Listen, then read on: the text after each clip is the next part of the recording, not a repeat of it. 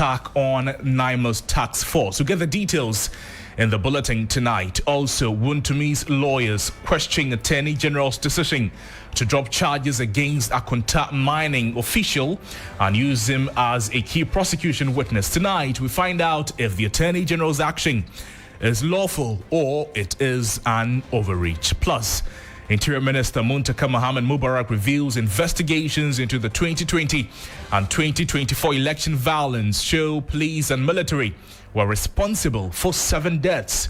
We have details of these stories and more coming to you shortly. Please stay with us.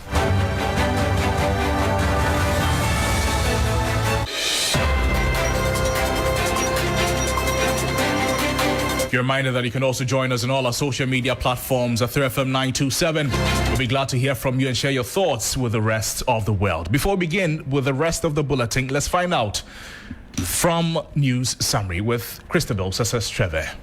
Thank you very much, Crosby. And in a summary tonight, the Interior Minister Mubarak Muntaka says investigations into electoral violence during the 2020 and 2024 elections have confirmed 15 deaths and 40 injuries across the country. The special task force set up in January this year identified 12 cases involving shootings by security personnel and clashes between party supporters. So far, 21 suspects have been identified, with some arrested and others on the run. The minister says government will fully implement the Ayawaso West Wogon Commission report to ensure justice and prevent future election violence. Lawyers for the NPP Ashanti Regional Chairman Bernard Ntwi-Busiako, popularly known as Chairman Wontumi, have expressed disappointment over the Attorney General's decision to drop charges against general managers of Akonta Mining, Edward Kwaku, who was a co-accused with Wontumi in an illegal mining case. Reportedly had his charges withdrawn after he offered to testify against Wontumi. In other stories, Speaker of Parliament Alban Bagwin says no member of Parliament will be shielded from accountability. His comment follows reports linking Asutifi North MP Ebenezer Addo to an attack on a national anti-illegal mining task force. Addressing Parliament, the Speaker dismissed claims that MPs are protected from investigations, assuring the Parliament will cooperate fully with security agencies. And finally, the Northern Caucus of Parliament has launched an initiative to boost commercial rice production and create jobs for the youth in the Northern Enclave. As part of the plan, 6 district chief executives and traditional leaders will visit Kenya to study its rice production model, while members of the caucus will travel to Vietnam to learn modern rice processing techniques aimed at improving Ghana's rice value chain and attracting investment. I want to remind you that you can get all of this on 3news.com. Well, Crosby, over to you. Thank you so much, Christabel, for bringing us the updates in the world.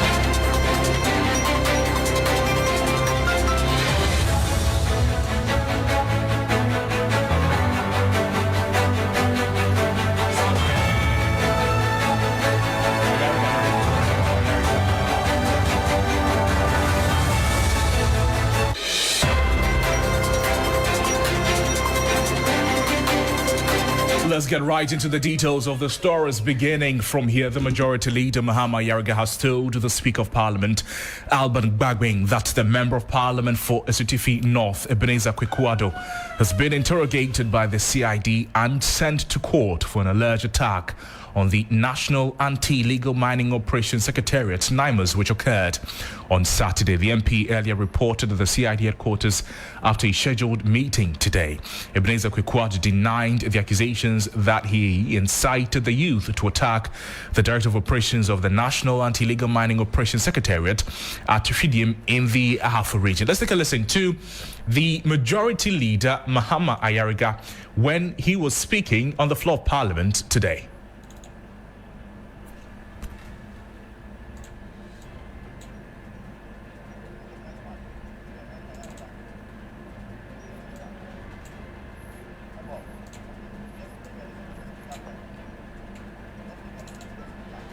We'll bring you the voice of the majority leader, Mahama Ayariga, shortly. But while in Parliament, the Speaker of Parliament, Alban Sumana Gbagwin, he condemned the alleged attack on the members of NAIMOS, reminding members of Parliament that their privileges and immunities have limits that they should not go above. Before we hear from Speaker Alban Gbagwin, this is the majority leader, Mahama Ayariga, speaking in Parliament today. I invited the member. He came to my office, and I was trying to reach Muntaka. I couldn't reach him, so ultimately I had to ask the member to go. If I reach Muntaka, I will call him back. Subsequently, Honorable Muntaka called me back. He was in a meeting when I was calling him. And I told him that I had invited the MP. He was ready to come see whoever he should see, but because we did not hear from him, I had dismissed him.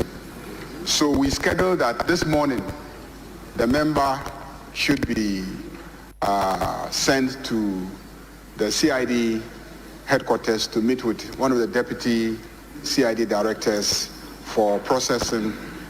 And so this morning he went with our majority chief whip and his lawyer.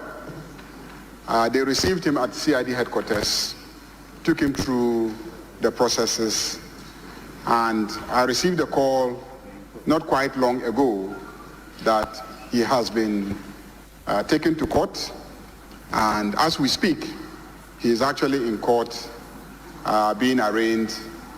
And so let me also indicate that as members of Parliament, we do not consider ourselves being... That's the voice of the majority leader in Parliament, Mahama Ayariga, speaking there. And right after that was the Speaker of Parliament, Alban Gbagwin, condemning the alleged attack on the NAIMOS security operatives, and he reminded members of Parliament that their privileges and immunities have limits. Honourable members, what I did was a formal communication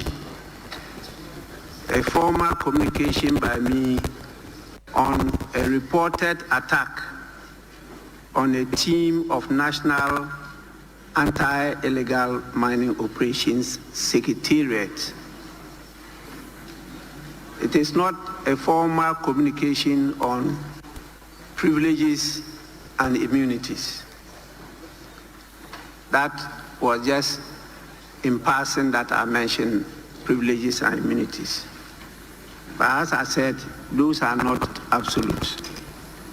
Honourable members, they are being investigated. They've not been convicted. And so we just want to erase the impression or perception that members are always being shielded from the due process of the law. You all know that we've never done that. It's just that because you hold some positions, just like the police, that's why I refer to the police too. That's why you refer to even the judiciary. They all enjoy some of these protections by the law. So the fact that you enjoy a protection doesn't mean you are above the law. That's just what I want to expatiate on and clarify, so that we don't all go under that cloud that the Speaker is always protecting members of Parliament from the due process of the law. The voice of the Speaker of Parliament, Alban Gbagwin, there.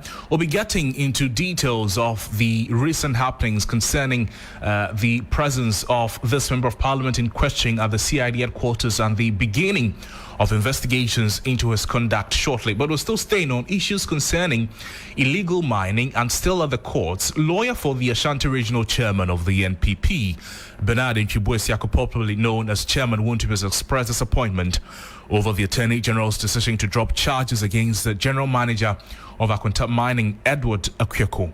Now, Mr. Kwaku, who was the fourth accused in the case, reportedly agreed to testify for the state against Chairman Wontumi, a move that led to the withdrawal of charges against him.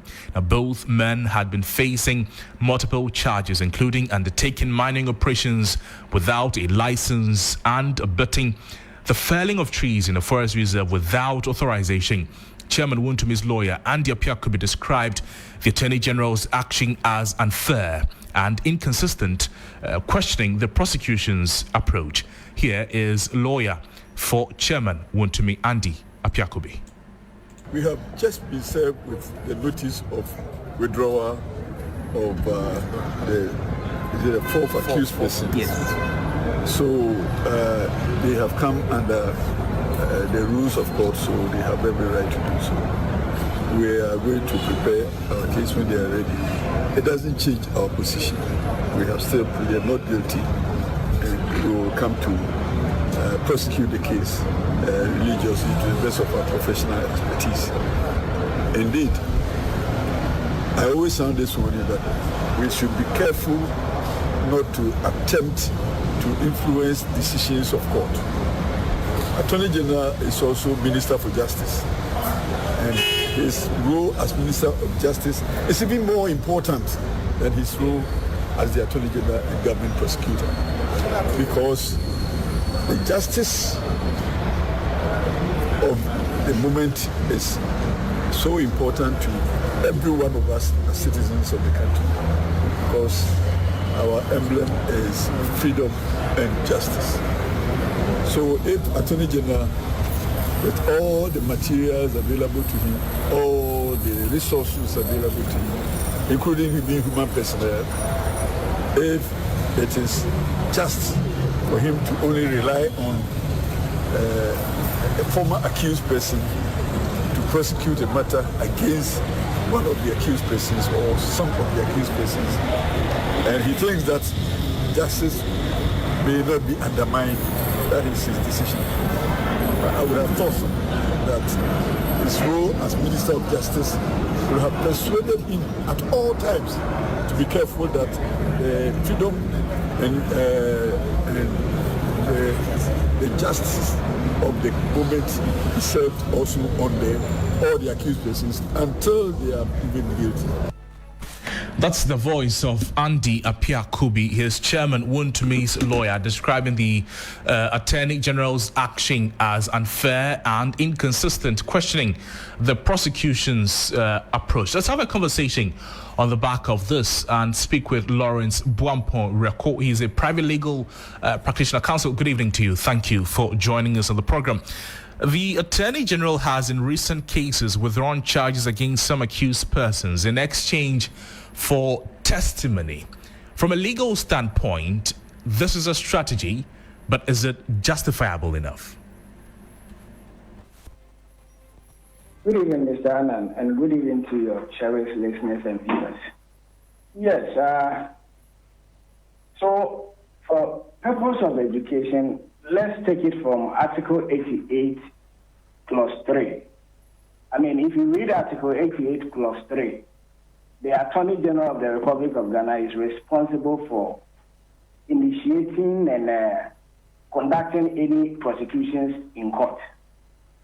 And when you come under Section 59 of the Criminal and Other Offences Procedure Act 1960, Act 30, it gives the Attorney General the power to withdraw any matter or any charge, okay, that the Attorney General has brought against any person in court. So, if you ask me whether it is fair, it is a discretionary power exercised by the Attorney General. And if you talk about discretionary power, if you want to talk about whether it is fair or otherwise, then you have to look at Article 296. But even before we go to that, if I heard Leonard Senior Apiakubi, he is saying that the Attorney General, being the Minister for Justice, he thinks that it is unfair for the Attorney General to use a co-accused as a witness against another accused. Now, in my own opinion, I disagree respectfully with him. Because let's understand this whole prosecutions. The Attorney General is the one in charge. Right. At the end of the day, he has to determine how he will go about it. And don't forget, these cases, the public, that is the citizens of Ghana, they have interest in them. So if he decides not to prosecute the cases in a way and manner where the citizens of Ghana will be happy with the prosecution, they also will come after him.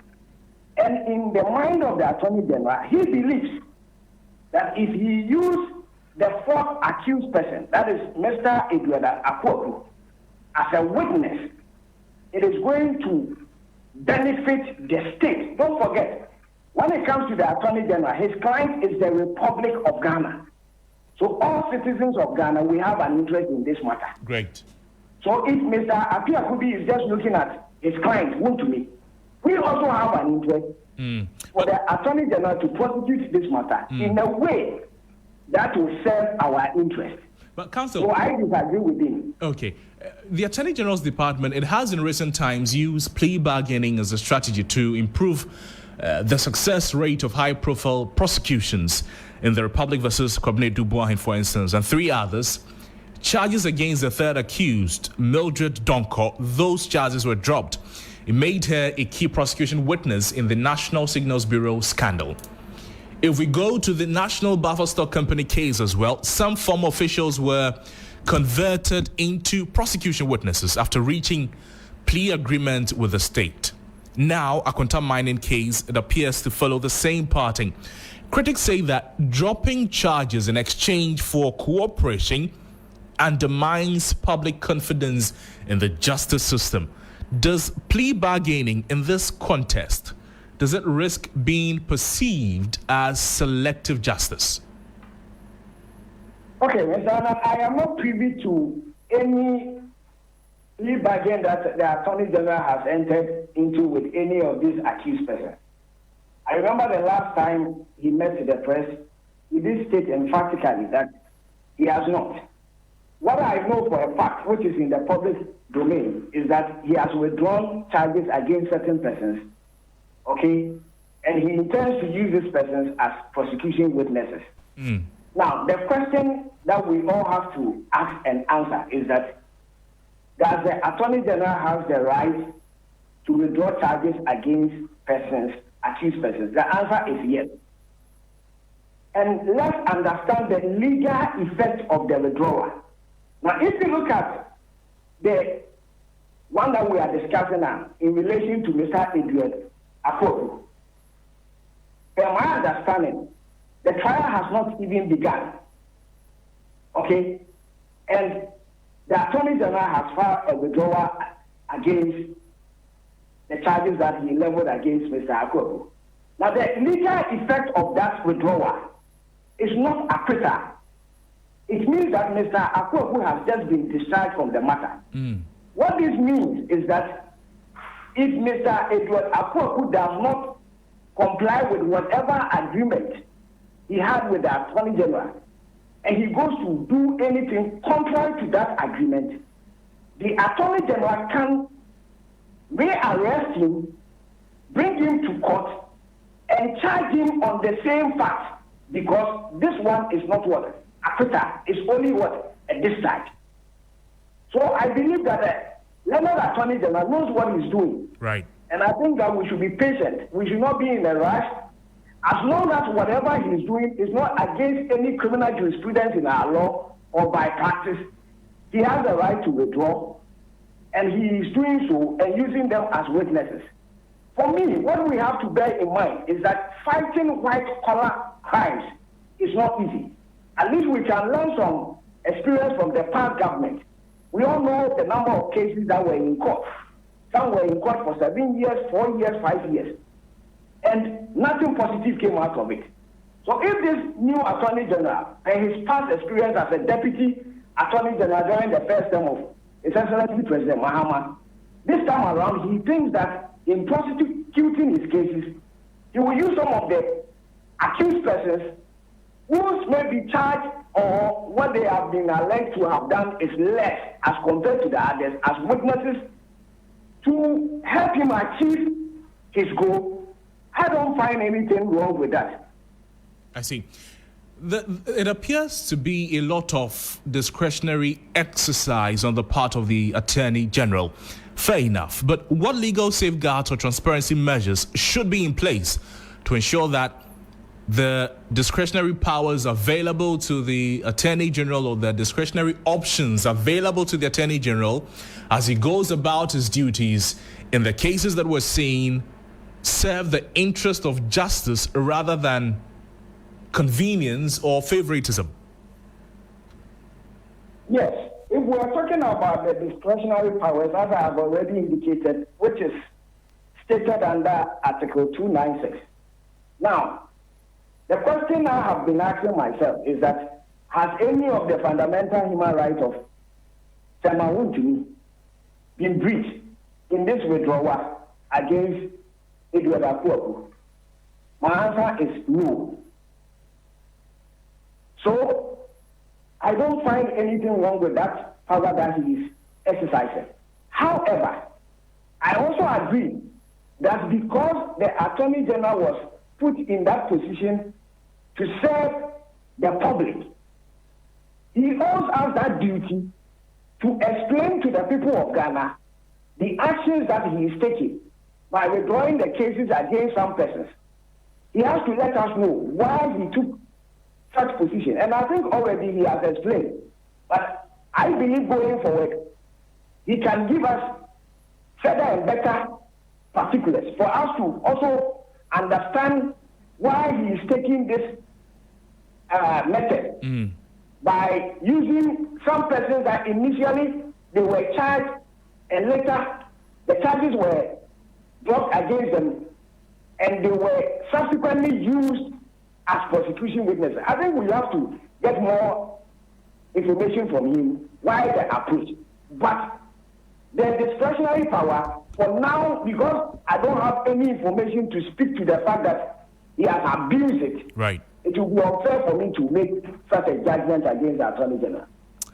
Counsel, thank you. Thank you so much for your time. Lawrence Buampong Reko is a private legal practitioner speaking with us there. Let's still stay on issues concerning illegal mining, and this time speak with Awula Sewa, the National Coordinator for Eco-Conscious Citizens, to talk to us about recent happenings concerning this Member of Parliament for Asutifi North, Ebenezer Addo, being interrogated by the CID and sent to court for an alleged attack on the National Anti-Illegal Mining Operations Secretariat. We've heard from this Member of Parliament in question. We've heard from the Majority Leader, Muhammad Mubarak, as well as the Speaker of Parliament. Now, to the turn of some stakeholders. Ola, thank you for joining us. Good evening to you. Now that the Asutifi North MP has been interrogated and sent to court, how significant is this step in demonstrating government's commitment to holding public officials accountable in the fight against illegal mining? Or you say that just going to court is not enough? I wouldn't say that. I would say that we must commend the government, or we must commend the police, because it's the police who have, in the course of their investigations, they are the ones who have invited the MP for questioning, and that is a step in the right direction, because the public needs to be assured everybody is equal. There's no selective justice. So I do believe it's a step in the right direction. At the end of the day, it's up to the police to investigate. That is their mandate.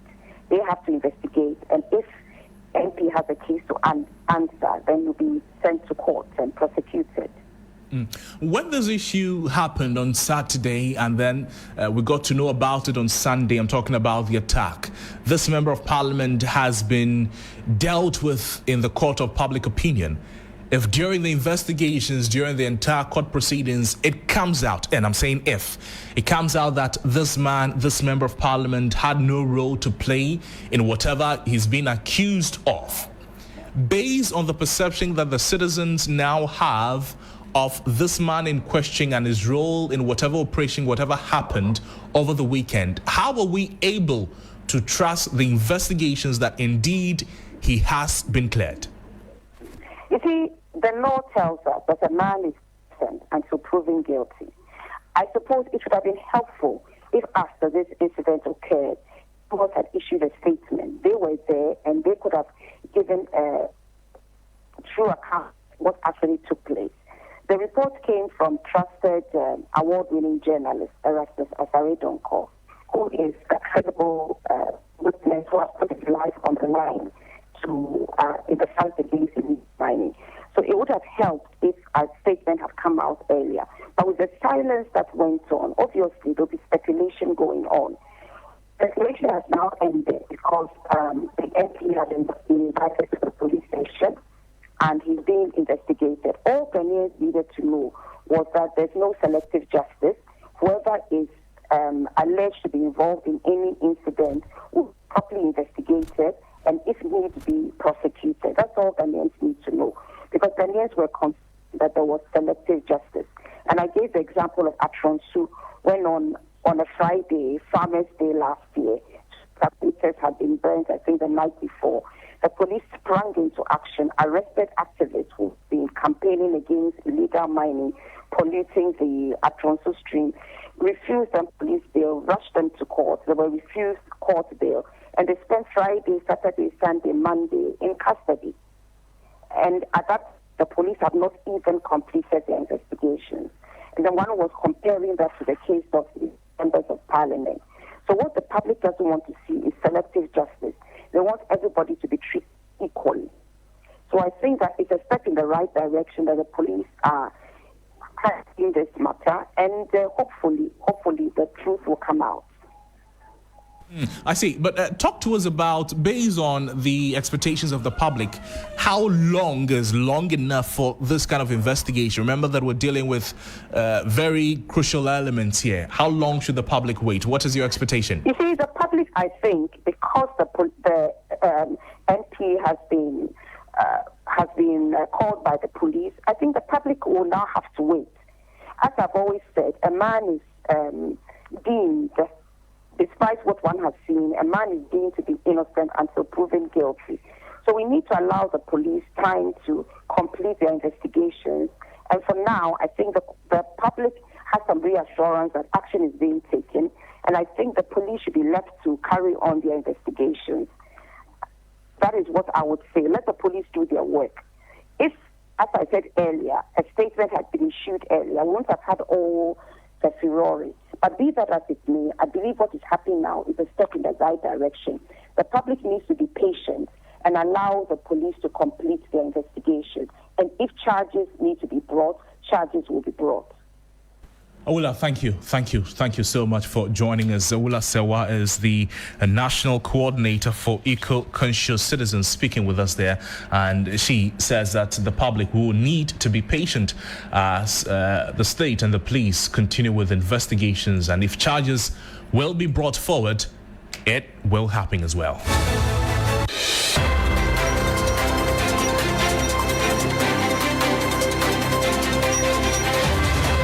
Also joined us on Hot Issues on 3FM 92.7. We're also live on all our social media platforms at 3FM 927. We have just a quick round of commercial. When we come back, we'll delve into more stories that you do not want to miss. We'll be talking about the Office of the Special Prosecutor and the Ghana Revenue Authority in relation to this SML conversation, as well as a lot more concerning the Interior Minister's latest press conference on the 2020 and 2024 election violence, the number of deaths that were recorded, and which people or which groups had a part to play. Stay with us.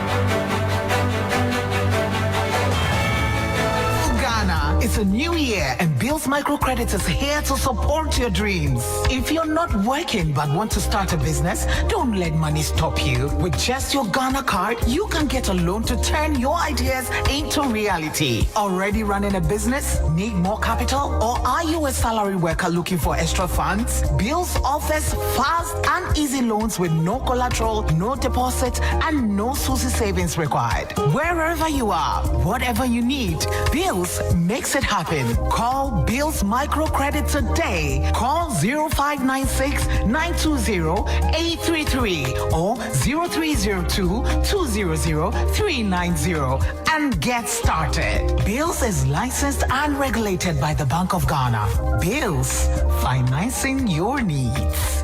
Terms and conditions apply.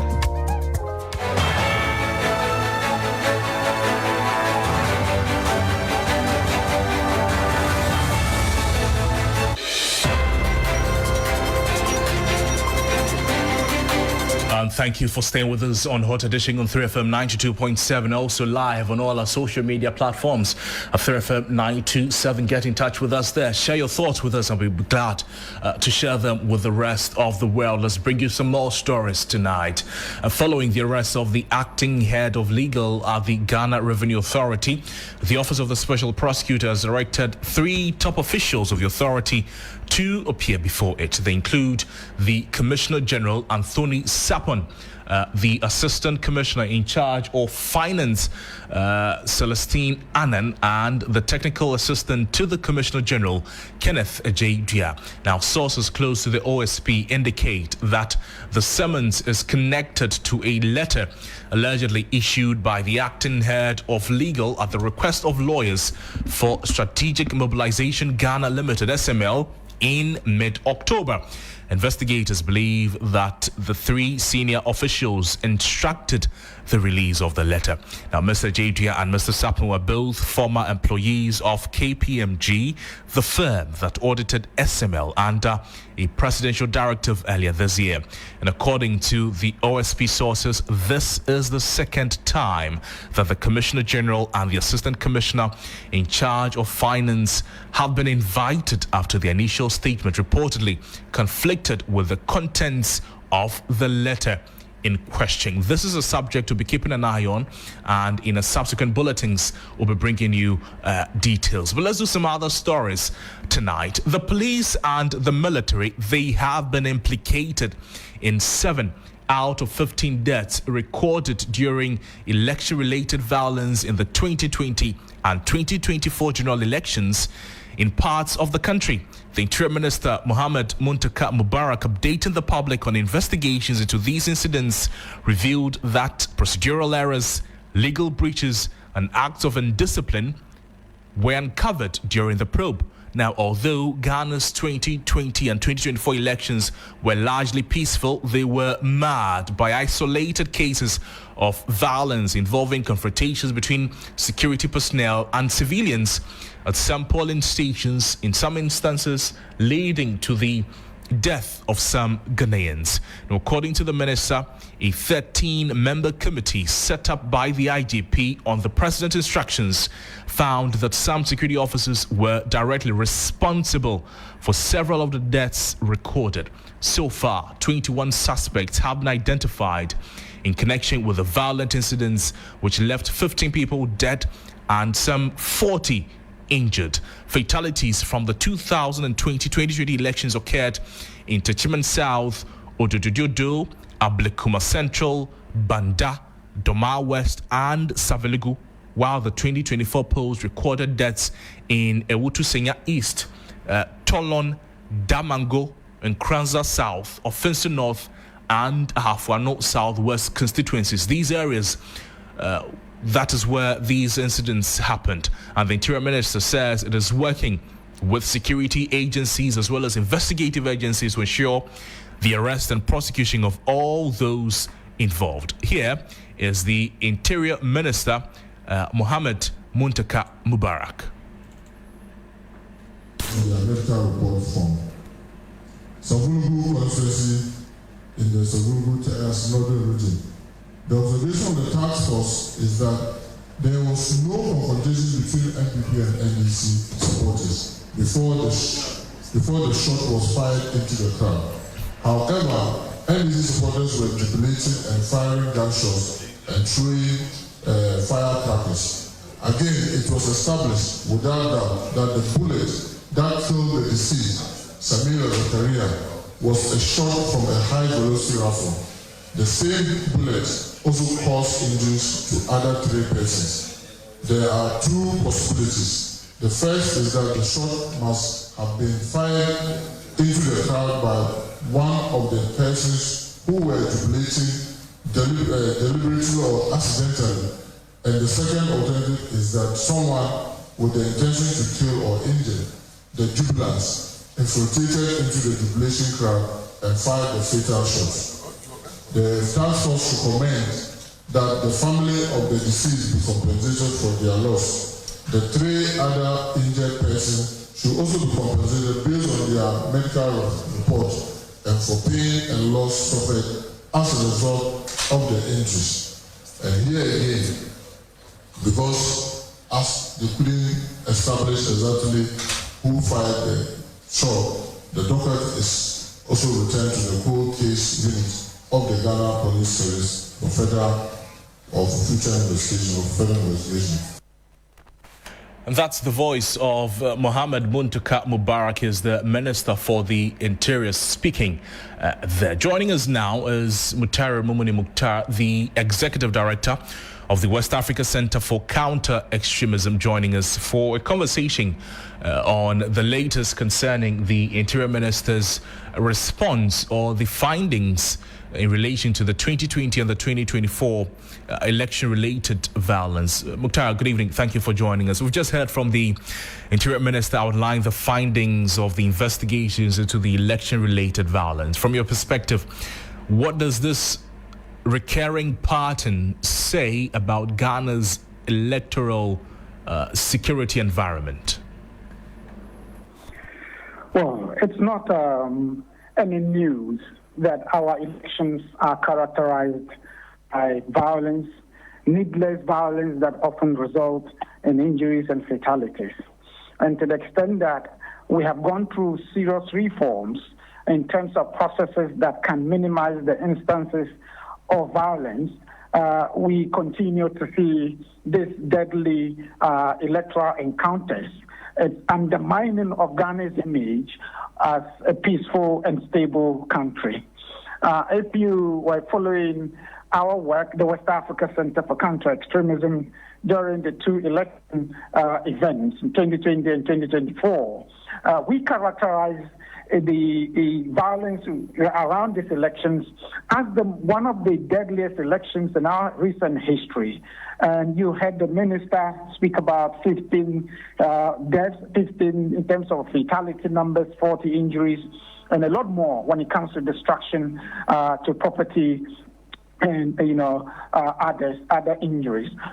These are needless eventualities relating to our election, because elsewhere you can have a situation of 4 or 5 elections within a 6-7 year period without encountering a single instance of fatality. The UK has gone through several elections within a relatively short period, and yet we did not record or witness any incidents like we have in our case. And so it is possible that we can have elections without injuries, without fatalities, and that is what we should be aiming at. Our election processes should become a normal civic responsibility for citizens to exercise as part of civic duties without any sense of intimidation or fear from either state security actors or political rivals in the country. I see, but one of the other findings from the report that is generating a lot of conversation is the involvement of the security agencies, their contribution to the passing of 7 of the 15 people we've lost on the election cycles. I'm talking about the 2020 and the 2024 elections, all found in this report. How disturbing is that, and what does it say also about the conduct of our security apparatus during elections? Well, we have spoken variously and quite excessively about the pervasive role of our security actors in terms of election violence. And we have come to conclude that politicians have, weaponized the security sector, security as a tool of intimidation against civilians or political opponents, and that the role of the police has significantly changed by the actions of politicians. So to have such a number feature in these investigations, it's not surprising at all. What we should be seeing is what kind of measures do we take, remedial measures, to ensure that we do not repeat instances like that in our election processes. If you remember, the 2019 Ayawaso incident, a huge blot on the image of this country when it comes to security and elections. The Initial Commission came out with recommendations, and some of them bordered on either structural changes to our security operations as well as individual liabilities, and that included referring some of the security officers involved for prosecution and all of that, and many, many other recommendations. If carried through, we would have had a much better system and very confident in going to future elections without any sense of anxiety about its outcomes. Well, the good news is that the Interior Minister has directed the full implementation of the Justice Emil Short Commission's report. So hopefully that helps in subsequent elections. But if we're still dealing with these concerns, the minister, he had to say that using the military for crowd control is something that should not happen again.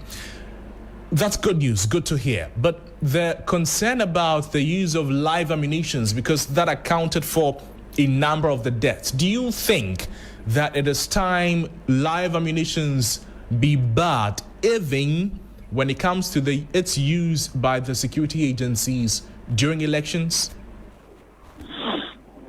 It is long overdue. This is not even a period to talk about. It is something we should have ensured long ago to minimize the instances of fatalities when it comes to elections. The role of the military, clearly, is not to engage in civilian or domestic security functions. And we have used them excessively in that manner. And that is why there's some level of, undermining of some of the individuals, in terms of the military. And so we need to make a very clear distinction in terms of what role we should be using the military to perform within the state. And what role should we have the security, the law enforcement officers, the Ghana Police Service maintain. That way we continue to establish clear lines of rules when it comes to our elections. This is not in doubt. Our political actors know this so well. The security actors and its leadership, they know this so well. But they often are overwhelmed by the security, the electoral and political realities of the time. And political leaders who reign on them, who overwhelm them with duties that are not clearly cut out for. So to have the minister say that we will no longer see the military perform policing functions, and it's not just good news, it is something we should be insistent on to ensure all of us are guaranteed that these things, eventualities would not recur in our election experiences. The minister mentioned that some suspects are on bail while others remain at large. The minister also suggested that rains may have washed away some crucial pieces of evidence in the investigation of the committee. Do delays in prosecution, does it risk entrenching a culture of impunity in election-related crimes? When incidents happen, people who are familiar with investigations will tell you that immediacy of action is important when events occur. If you prolong, the process, it creates a possible situation of problems with admissibility of evidence in court during prosecutions, because you want to ensure that you have watertight evidence in prosecuting individuals, especially when they are designated as criminal offenses. And so to have, what the minister say, I'm not surprised, because it's been quite a long time when some of these incidences, occurred. And we need to ensure that we ensure, immediate arrest, investigations and prosecutions of individuals involved in these kinds of things to prevent a situation of impunity that has become part of the game. Because failure to arrest and failure to ensure prosecution, it normalizes electoral violence and impunity that is associated with our elections. And I think that the minister is on the right path, on the right track, and should be given the goodwill and support to ensure that we do not have these things repeat in our election experiences.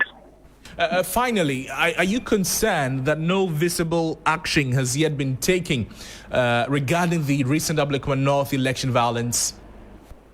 Of course, clearly, all of us were calling for the arrest of individuals involved and investigations, at least some kind of official, action around it to ensure that there's some goodwill and support for whatever measures government comes out with. When ministers come out, and making pronouncements and promises, it should elicit goodwill and support from the public. And so the recent case was a good opportunity for us to have that. So we'll build consistency in terms of our actions against electoral violence and, actions that undermine peace in our electoral processes. And I'm hoping that we would have something come out in respect of that. Mukhtar, thank you. Thank you so much for speaking with us. Always a pleasure talking to you, Mukhtar. Mukhtar Mukhtar is the Executive Director of the West Africa Center for Counter-Extremism, speaking with us there. Now, before we make way for business, the Lands Ministry has challenged aggrieved mining operators whose licenses have been revoked to go to court for their grievances to be addressed.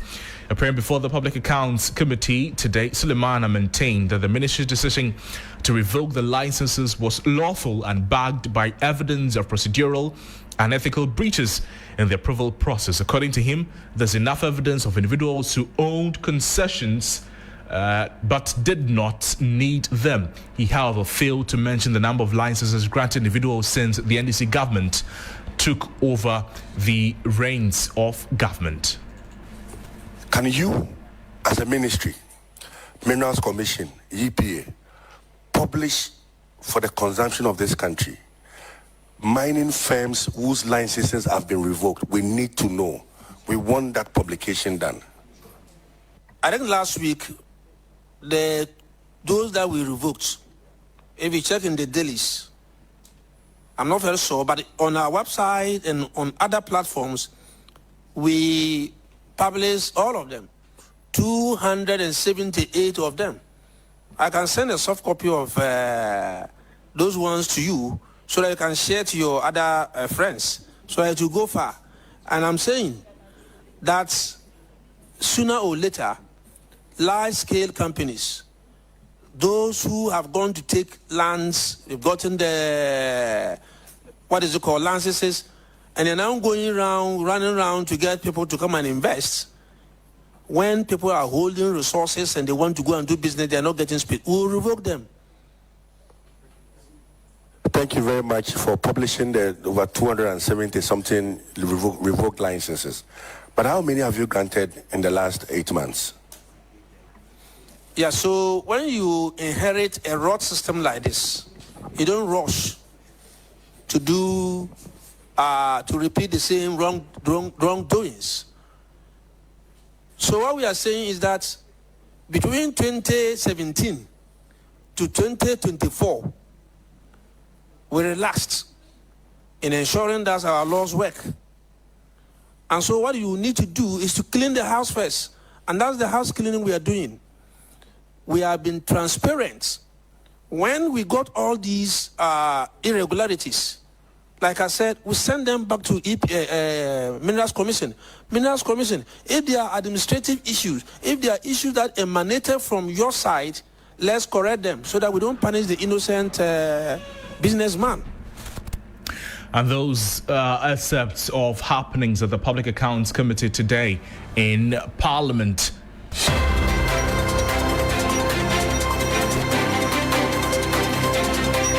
This is still Hot Issues on 3FM 92.7 live, also on all our social media platforms at 3FM 927. My name is Noble Crosby, and I'm making way for business with Bismarck Awusa. Stay with us.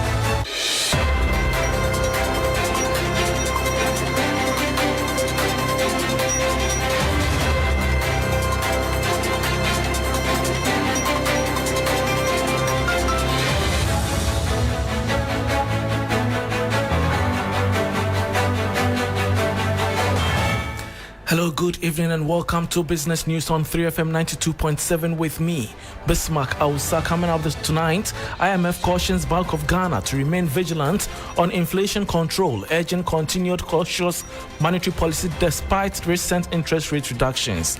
I am Bismarck Ausa. This headline story and others lined up for you. Please stay.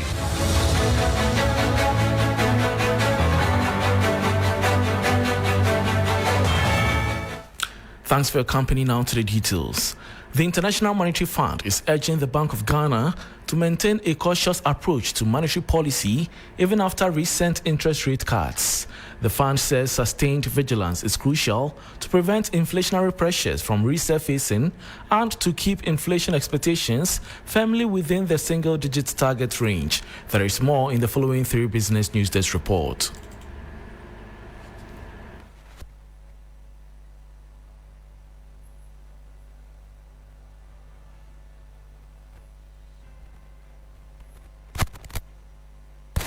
Past errors of excessive and expensive debt accumulation.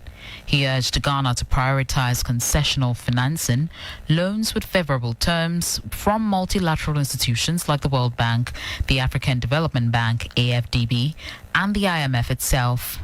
Dr. Adrian Alter noted that current global financial conditions, though slightly eased, still mean elevated interest rates in the international capital markets. He observed Ghana's current credit rating could attract rates of around 10% or higher for any international borrowing, making it extremely pricey. The IMF program includes specific limits on external borrowing to ensure debt sustainability and compliance with creditor agreements. The current mix of government financing comprises approximately 70% domestic and 30% external borrowing. In a positive outlook, Dr. Alter disclosed that the fund is supporting efforts to extend the maturity period of domestic debt instruments, which currently average around 1 year. He expressed optimism that the country's domestic bond market could reopen by early 2026, offering a more stable and diversified funding environment. Ghana is currently operating under a 3-year extended credit facility ECF arrangement with the IMF, which is aimed at ensuring debt sustainability and fostering inclusive growth. And that was a 3 Business News Desk report. Moving on, a new consumer survey by Maverick Research has revealed that 9 out of 10 consumers in Ghana expect prices of imported goods to fall as the city strengthens, a sign of growing optimism among shoppers and a potential test for pricing strategies across the retail and manufacturing sectors. The following 3 Business News Desk report has details. A new survey by Maverick Research shows that 90% of Ghanaian consumers expect the prices of imported goods to drop in response to the stronger cedi. This is compared to 78% who expect similar reductions for locally produced items. The report highlights that recent price increases have already forced 73% of consumers to switch to more affordable alternatives, while 68% say price relief would motivate them to return to their preferred brands. According to Maverick Research, most consumers, about 88%, are willing to reconsider their brand choices, but only if prices are right. The report's retail audit and shopper pulse data suggests that Ghanaian consumers are not merely chasing low prices, but seeking value and empathy from brands that understand their struggles. It says 2 major brands that adopted different strategies to offer relief at the shelf recorded measurable business impact, proving that brands that act with empathy and value-driven pricing are likely to win consumer loyalty and growth. And that was another 3 Business News Desk report. Before we go, the Bank of Ghana has issued a stern warning to all mobile loan applications and digital credit service providers operating without proper authorization to regularize their activities or risk sanctions. The Bank of Ghana has directed all unlicensed mobile loan and digital credit service providers to regularize their operations by June 30, 2026. In a notice issued on November 3, 2025, the central bank cautioned that entities that fail to comply will face regulatory action, including possible shutdowns and penalties. The directive forms part of efforts by the Bank of Ghana to streamline Ghana's growing digital lending space, curb predatory lending practices, and protect consumers from data misuse and unethical recovery methods. The notice also announced that the central bank has begun accepting applications from firms seeking to operate as digital credit service providers. The Bank of Ghana says all interested entities must submit the required documentation and meet its licensing standards to continue operations within the law. This forms part of the regulator's broader push to strengthen oversight of financial technology companies and enhance consumer protection in the digital finance ecosystem. And that was a 3 Business News Desk report on the Bank of Ghana ordering unlicensed mobile loan and digital credit firms to regularize their operations by June 2026 or face sanctions, bringing us to the end of the business segment on Hot Edition on 3FM 92.7 with me, Bismarck. Also, for more business stories, please check out our website 3news.com. And that brings us to the end of the bulletin. Log on to our platform 3news.com. Thanks for your company.